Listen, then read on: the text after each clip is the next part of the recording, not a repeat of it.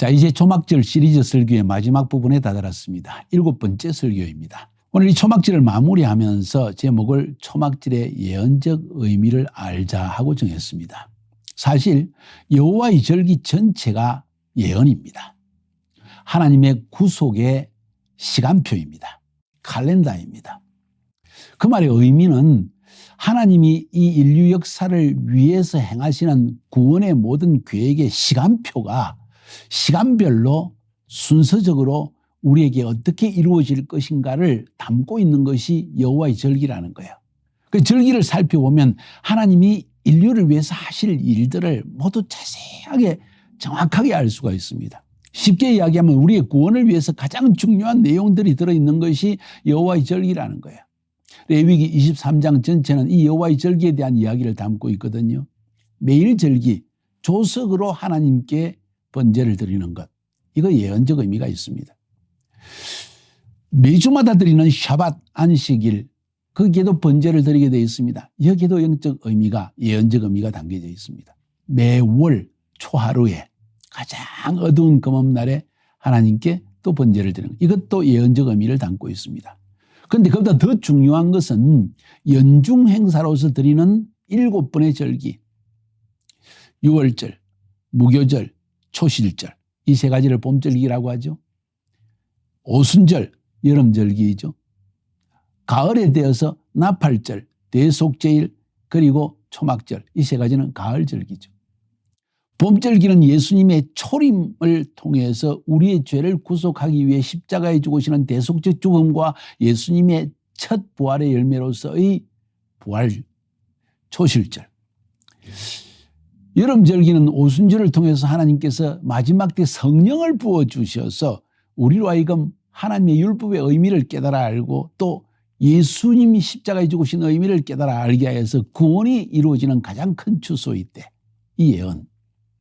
가을절기 때는 나팔절 때 예수님이 공중으로 재림하셔서 신부된 교회를 휴거시키시고 공중에서 혼인잔치가 벌어진다는 내용. 대속제일, 예수님께서 그날에 지상에 재림하셔서 그의 두 발이 감람산에 닿으면서 그로부터 천년왕국의 시대로 들어가는 이야기. 그것이 바로 이 대속제일과 초막절로 넘어가는 그 이야기입니다. 쉽게 이야기해서 성경에 기록된 모든 절기들은 하나님께서 인간의 구속을 위해서, 죄인들을 위해서 행하실 구원의 시간표를 예언적으로 담고 있는 것이 바로 여호와의 절기라는 것입니다. 그래서 우리가 인생을 살아가면서 어떻게 사는 것이 가장 지혜로운 것인가? 아니면 인생을 살아가면서 진정 하나님의 영원한 축복을 받는 길이 무엇인가? 그것은 내 시간표를 따라 사는 것이 아니라 하나님의 시간표를 따라 사는 삶이 되어야 된다는 이야기죠. 우리가 왜 이 구약 성경에 기록되어진 여호와의 절기, 유대인의 절기가 아니라 하나님의 절기라는 거죠. 하나님의 백성에게 주시는 절기, 신약시대에 있는 예수 믿는 성도들도 역시 하나님의 백성으로서 이 절기를 통해서 하나님의 구원의 시간표를 아는 것이 굉장히 중요합니다. 그걸 알아야만 우리의 삶의 방향을, 목표를, 우리의 삶의 모든 비전을 거기에 맞춰서, 그 시간표에 맞춰서 살아갈 수 있기 때문이라는 겁니다. 여러분, 너무 중요한 이야기를 지금 여기에 말씀드리고 있습니다. 사랑하는 여러분, 그래서 이제 초막절의 마지막 부분, 이제 가을절기를 마무리 짓는 설교인데 초막절의 예언적 의미를 여러분 알고 계십니까? 도대체 왜 초막절을 하나님이 그의 백성들에게 지키라고 했을까요? 그 초막절을 통해서 우리에게 소망을 주기 위한 것입니다. 하나님께서 메시아의 재림과 동시에 우리에게 주실 엄청난 축복이 무엇인지를 알고 소망 가운데 살아가라는 것입니다. 사람들은 큰 절망 가운데 살고 있습니다. 마지막 때 특별히 나팔절 시즌에는 티시리월 1일이니까 음력으로 가장 어두운 금음날입니다. 15일은 보름달이 뜨지 않습니까? 초막절은 보름달이 뜰 때 행하는 행사이고 나팔절은 바로 금음날 가장 어두운 때, 영적으로 가장 어둡고 온 세상이 혼돈되고 경제적으로, 군사적으로, 문화적으로 모든 것이 도덕적으로 타락하여서 도저히 하나님께서 살아계신 것을 볼 수 없는 것처럼 왜 하나님이 이렇게 두십니까? 하는 그런 시기에 이 가을절기가 온다는 거예요. 그걸 통해 우리를 우리가 어떤 시대에 살고 있는지를 알고 우리 자신이 거기에 준비를 하는 거죠. 특별히 이 초막절은 보름달이 뜰 때입니다. 가장 환한 때입니다. 하나님이 우리에게 구원을 완성시키시는 때가 가까웠다는 것을 알리는 것이 초막절입니다. 이 초막절의 기쁨이 우리 안에 충만해야만 지금 어두움의 시기에, 경제적으로 혼란스러운 시기에 아무리 돌아보아도 도저히 소망이 없는 것 같은 이 시대에 이 기쁨으로, 초막절의 기쁨으로 이 어려운 상황을 이겨내야만 한다는 것입니다. 그래서 초막절은 일주일 동안 기쁨으로 즐거워하며, 심지어 신명기에서는 독주를 마시면서까지라도 포도주를 마시며 마음껏 취하고 하나님을 찬양하라고 이야기합니다. 초막절은 기쁨의 절기라는 거죠. 자, 그러면 이 초막절의 예언적 의미가 무엇인지를 아는 것이 필요합니다. 첫 번째 예언적 의미는 앞에서 이미 말씀드렸지만 저는 이 부분에서 강조하고 싶습니다. 우리는 이 세상에서 나그네와 같이 초막과 같은 인생을 살고 있다. 초막은 얼기설기 임시 처소입니다. 우리의 육체도 초막과 같은 존재입니다. 언젠가는 사라지고 맙니다. 주님 재림하실 때 우리가 휴거당할 때 우리는 우리의 몸이 영적인 몸으로 변화되어서 주님을 만난다고 성경은 우리에게 가르치고 있습니다. 초막을 벗어난다는 이야기예요. 영원한 아버지께서 예비하신 집이 있다는 것이죠. 머지않아 주님이 재림하시면 주님과 함께 영원히 아버지의 집에 들어가 살게 된다는 것을 예언적으로 좀 알아라는 것이죠. 그래서 우리 교회에서는요, 교구별로 초막을 지었습니다. 우리가 또 12지자 사역을 하기 때문에 12개의 초막을 지어놓고 우리 교구장들이, 쉽게 말하면 한국말로 하면 교구장들이 그 초막의 사람들을 초청해서 그날은 맛있는 음식을 준비하고 모두 함께 기뻐 찬양하고 즐거워 뛰노는 일을 일주일 동안 계속한다는 거예요. 그 일을 우리 교회가 벌써 오랫동안 매년마다 계속하고 있습니다. 기념하기 위한 것입니다. 그 예언적 의미를 우리가 알기 위해서입니다. 우리 이런 얼기설기한 초막에 살고 있지만은, 그런데 하나님이, 주님이 우리 이 세상에 오시면 우리에게 이런 기쁨을 주실 것이다.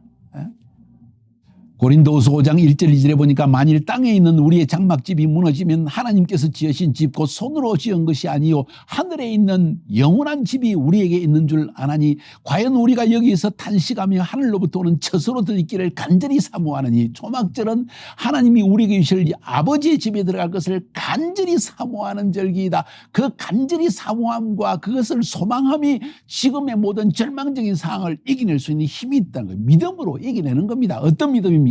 절기 가운데 담겨져 있는 하나님의 예언을 믿음으로 말미암아 현재의 상황을 이겨낼 수 있다는 이야기예요. 계시록 20장 4절부터 6절까지 보니까 또 내가 보좌들을 보니 거기에 앉은 자들이 있어 심판하는 권세를 받았더라.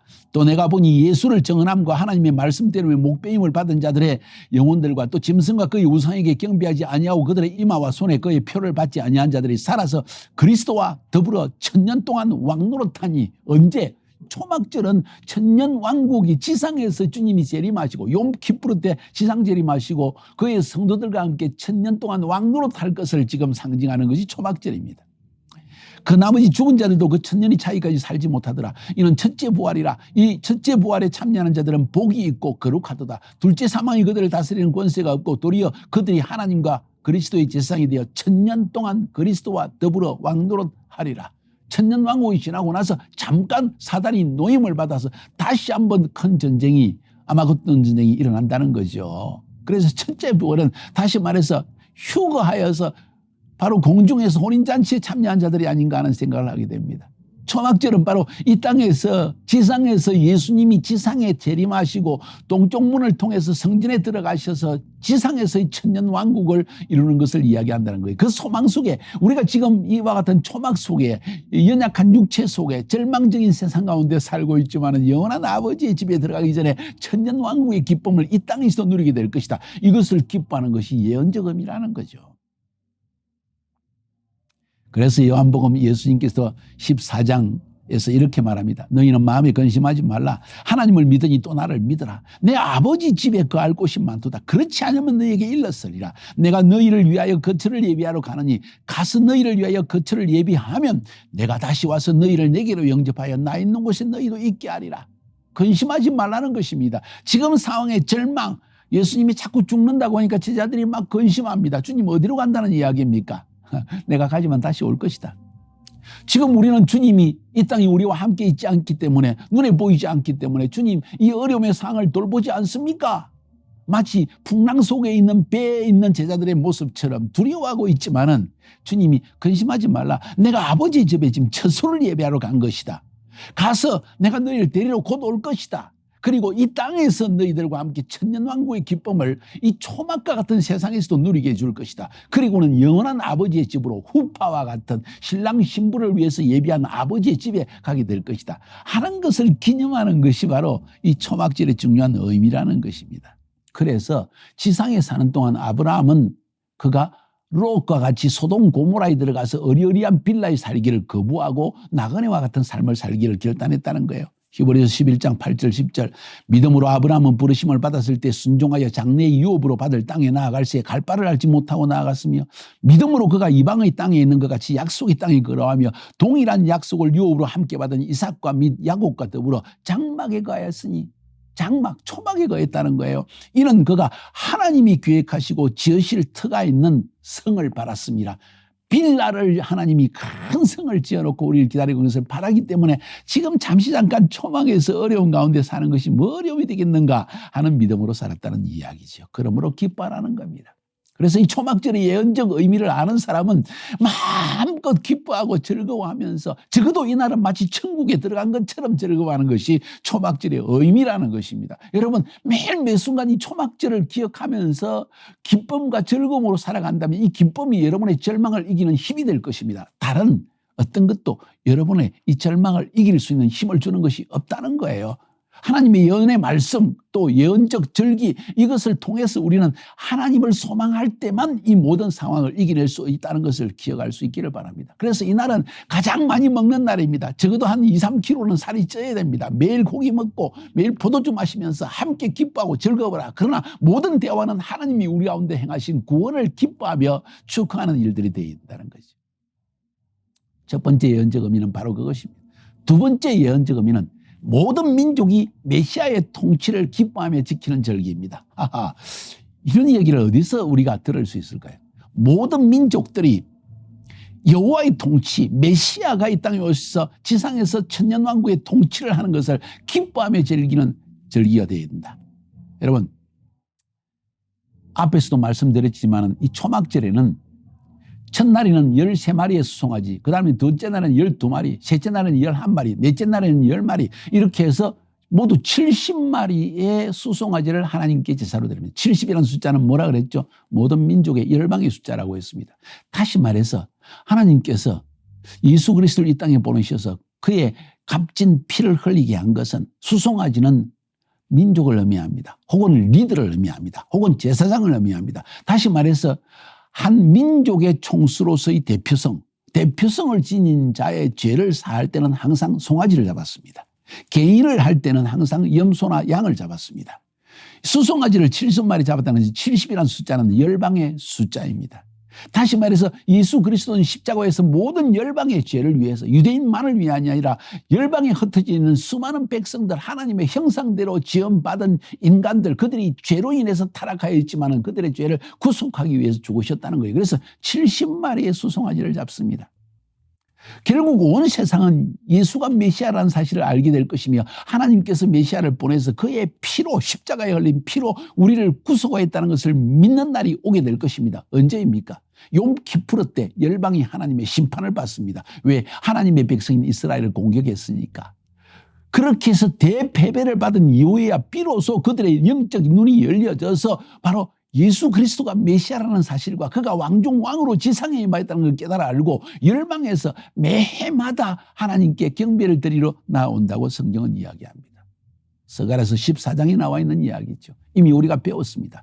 17절부터 19절까지 땅에 있는 족속들 중에 그 왕 만군의 여호와께 경배하러 예루살렘에 올라오지 아니하는 자들에게는 비를 내리지 아니할 것인즉 만일 애국 족속이 올라오지 아니할 때는 비 내림이 있지 아니하리니 여호와께서 초막절을 지키러 올라오지 아니하는 이방 나라들의 사람을 치시는 재앙을 그에게 내실 것이라. 애국 사람이나 이방 나라 사람이나 초막절을 지키지 올라오지 아니하는 자는 받을 벌이 그러하느니라.